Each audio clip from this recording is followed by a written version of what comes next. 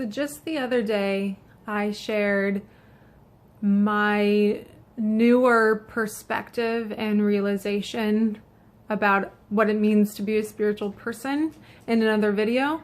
If you didn't watch it and you want to know what the heck I was talking about, then go ahead and watch that. But essentially I was saying how a spiritual life is not one where you're happy and content and positive all the time. And it's not even that you're trying to be those things. It's that you are just trying to bear witness, to be in your spirit as often as you possibly can, to witness your existence and to feel all the things that you feel. So that means a spiritual life is a rather an emotional life, because whatever emotions come up for you, whatever thoughts, whatever feelings come up for you, your job is just to hold that space for whatever it is that you're feeling. So anyway, I talked a little bit about that in the last video.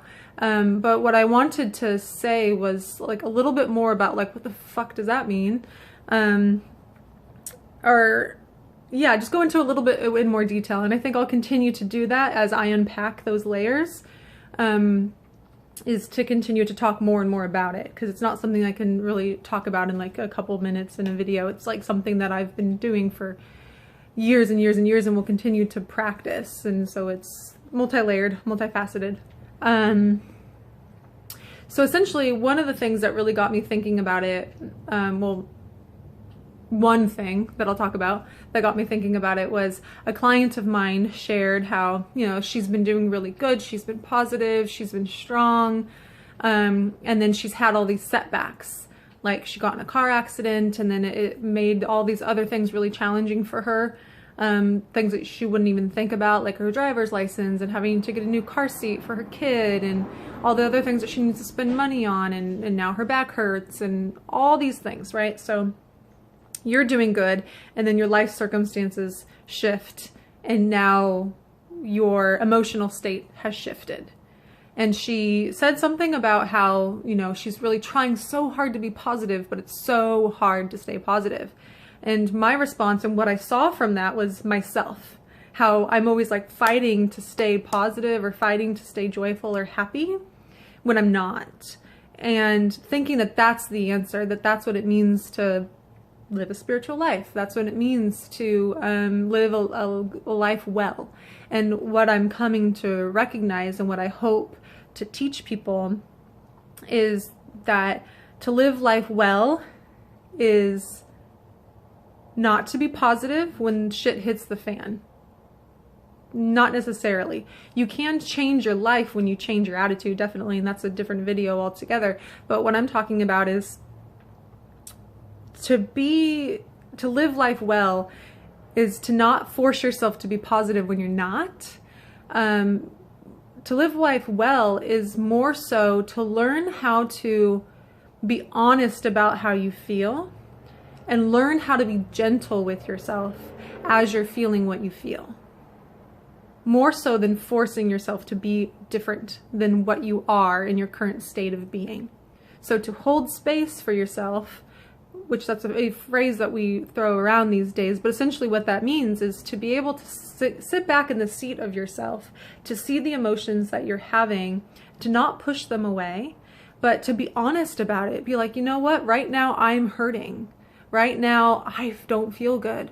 Right now this is what's happening for me. And to be honest with yourself about it. You don't have to go around and tell everybody else unless they're like a trusted person in your life and your like circle, your bubble, then tell those people, sure. But it's being honest with yourself, not pushing it away, not trying to mask it, not trying to pretend that it's something different than it is, but to be honest with yourself. This is how I feel. Because oftentimes we struggle to be vulnerable with other people and tell them how we feel, but really we struggle to be vulnerable with ourselves because pain hurts and we've spent all of our lives avoiding pain. I want to be as comfortable as possible. And the recognition and living a spiritual life is allowing yourself to be uncomfortable, to live with discomfort, to know what that means, and to build the strength, not to become hard around your heart, like an armor around your heart, but rather to learn how to soften into the pain. We talk about that a lot in yin yoga, if that's something that you're ever interested in doing. I teach that on Tuesday nights at 4:30. If you have more questions about that, let me know. But anyway, we talk about that a lot, like softening into the discomfort, and being honest with yourself when it's too much and when is the time to back out, and being honest with yourself and when is the time to go deeper. So first, living in integrity, living a spiritual life, living in integrity means being honest with yourself. What is true for you? Not trying to hide it or mask it in any kind of way. And there's lots of different ways that we hide and mask our true feelings. Maybe I could talk about that in a different video or something. I don't know. Lots of different things. You know, one of the things I do, perfectionism, try to be perfect. Some people, anger is something, or criticism, I mean, or just a fake smile, whatever it is. There's lots of different things. It manifests differently for each of us. But honesty is the key. And then that second piece is learning how to be gentle with yourself, to hold that space for yourself. And I honestly see it now as like a parent-child relationship. So there's a part of you that has to parent the part of you that's hurting. That's like your child self. So there has to be this like mature, rational part of you that says, I see that you're hurting, other part of me, I see that you're hurting, and I'm going to hold the space and allow for you to process what it is that you're going through. I'm not going to push it away. I'm not going to, like you would to a child with bad behavior, you might send them to their room or send them to the corner. That's what my parents used to do when I was a kid. They'd have me go stick my nose in the corner. Rather than doing that, it's a pulling in and saying, you're safe here. You're allowed to feel what you're feeling here in this body. You don't have to disassociate. You don't have to leave your body or leave your mind. You don't have to do drugs. You don't have to eat that piece of cake. You don't have to watch the TV. Not that those things are bad, but when you use those things to escape your pain, that's when it becomes abuse or an addiction or a problem. If you're using those things just to have a pleasurable experience consciously, then that's a completely different story. But I'm talking about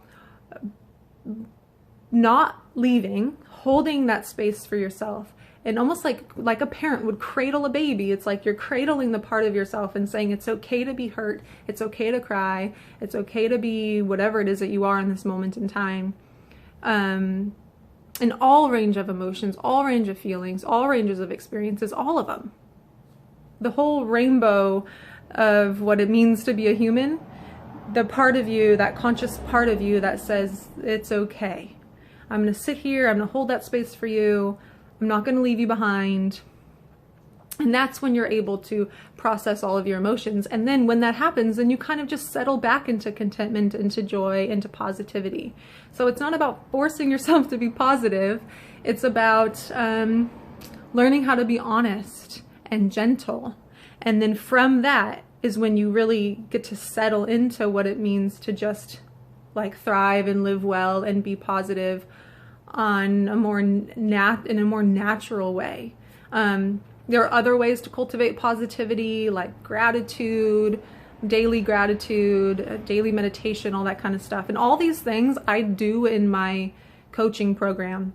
So, I mean, I'm teaching yoga 5 days a week, and then I also have private coaching clients on the side. So if any of this sounds appealing to you, like you could use a little bit of support with cultivating integrity, honesty, gentleness, compassion, kindness, gratitude, just living well, living in a way where you feel like you're safe to be at home in your own body, that you're safe to be yourself, like you belong to yourself, you belong in this world, that you're whole, that you're loved, all those things. Those are all the things that I practice in my own life and that I teach other people how to practice in their lives. Like I said in my last video, it's my passion and it's my mission and it's what I'm here to do. So if I could support you in any way to explore these ideas with a little bit more depth, I would love to help you. So contact me on Facebook. You can go to my website at melissaravelas.com. And yeah, I really look forward to talking with you guys more about this. You can, you know, if you have some ideas or comments, then please, of course, share them. And I look forward to hearing from you. And look forward to working with you. If you have any desires, please, please, please contact me. Any questions, please contact me. All right. Create a lovely weekend. Until next time. Peace, love, and power. Love, power, peace. That's usually what I say. All right. Bye, guys. Mwah.